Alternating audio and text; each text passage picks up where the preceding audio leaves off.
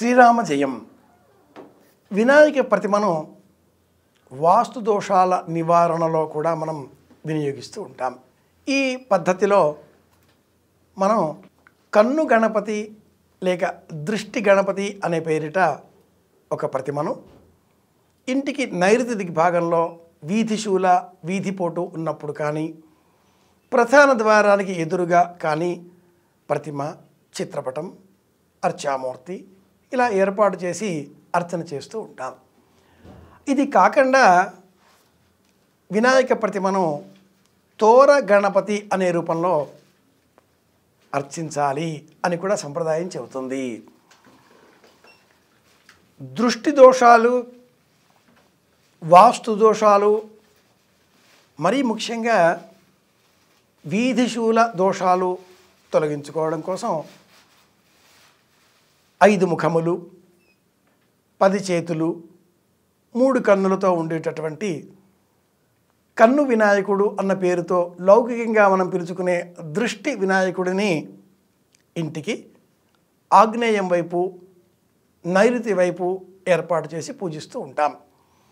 మన ఇల్లు వాస్తుపరంగా బాగానే ఉంది, కానీ మన ఎదురి ఇండ్లు, వీధి, ప్రధాన రహదారి, రహదారుల కూడలి ఇవి మనకు అనుకూలంగా లేనప్పుడు బయట నుంచి మన ఇంటికి వచ్చేటటువంటి వ్యతిరేక శక్తులను ఈ కన్ను వినాయకుడు లేక దృష్టి వినాయకుడు రక్షించి మనల్ని కాపాడుతాడు. ఈ ప్రతిమ ఆయా దిక్కులలో ఎక్కడ వాస్తు దోషాలు ఉంటాయో అక్కడ ఏర్పాటు చేసుకుంటూ ఉంటాం. ఇది కాకుండా తోర వినాయక ప్రతిమ అని మరి ఒక ప్రతిమను ఆగమశాస్త్రం ప్రత్యేకంగా వాస్తు సంబంధిత దోషాల నివారణకై తెలియజేసింది. ఈ తోర వినాయక ప్రతిమ ఉన్న చోట ఇరువైపులా లేదా ఒకవైపున తప్పనిసరిగా సప్తమాతృకల ప్రతిమలు కూడా ఉండాలి.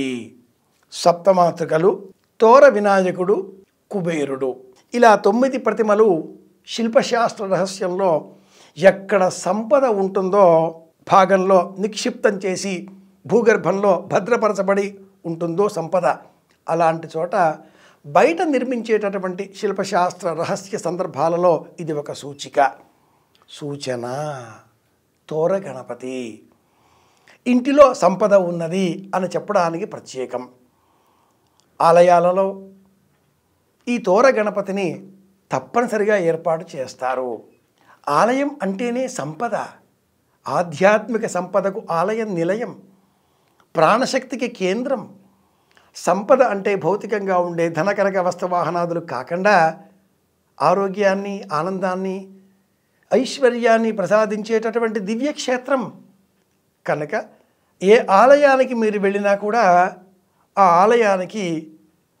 ఆలయంలోనికి వెళ్ళకంటే పూర్వం ప్రధాన ద్వారానికి ఎడమ పక్కన మనం తోర గణపతిని దర్శనం చేసుకుంటూ ఉంటాం. ఈ తోర గణపతి అర్చామూర్తికి ఎగువ భాగంలో కానీ, ఇరుపక్కల ఏదైనా ఒక చోట కానీ సప్తమాతృకలను కూడా మనం దర్శనం చేసుకోవచ్చు. ఇది శిల్పశాస్త్ర రహస్యం, సంపదకు నిలయం కనుక మనం మన గృహాలను ఆధునికంగా నిర్మించుకునేటటువంటి తరుణంలో ప్రధాన ద్వారానికి ఎడమ వైపున చిన్న వేదిక ఏర్పాటు చేసి అందులో వినాయక ప్రతిమ అర్చామూర్తి చతుర్భుజుడిగా ఉండే రూపాన్ని ప్రతిష్ఠితం చేసుకొని అర్చించినట్లయితే ఆ ఇంటిలో సకల సంపదలు, సమస్త సంపదలు స్థిరంగా ఉంటాయి అని శాస్త్ర ప్రమాణాన్ని అనుసరించి ఆగమ ధర్మశాస్త్ర నియమాలకు అనుకూలంగా ఇంటికి ఉన్న వాస్తు దోషాలను కూడా పరిశీలించి వాస్తు సందర్భంగా దృష్టి వినాయకుడిని, సంపదలు కోరుతూ తోర వినాయకుడిని ప్రతిష్ఠితం చేసుకుందాం. ఇంటిని కాపాడుకుందాం, ప్రపంచ శాంతిని కోరుకుందాం. మళ్ళీ కలుసుకుందాం. నేను మీ కాకునూరి.